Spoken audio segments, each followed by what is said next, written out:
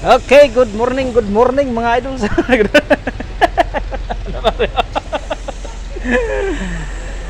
Okay, so ito yung ito yung pinagawa natin last week, no? So yung leak na nakita natin dito dati, saan ba 'yon? Ito. Dito 'yon.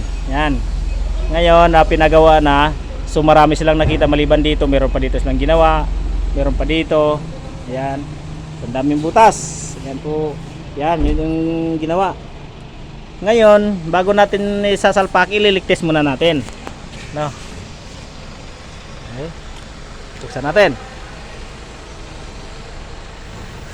Okay. Yan. Okay, 100 PSI. Okay, sara. So nasa 75 PSI, bumababa siya. Ngayon, meron siyang leak. Ito na naman, nandito na naman siya. Walang plastic yung papel. Ito. Ayan, lakas Oh. So, meron na naman siyang leak dito. Ayan.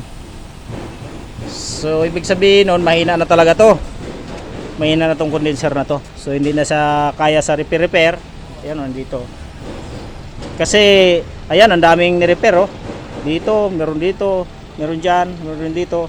Pero, ngayon, lumipat na naman, nandito na naman siya. Kung titingnan po natin kasi, wala man siyang tusok o na tinamaan ng matigas na bagay, pero meron siyang leak dito.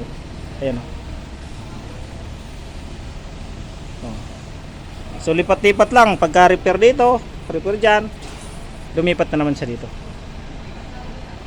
So siguro replace na talaga ito. Hindi na pwede sa repair ito. Okay, ayan bilis bumaba.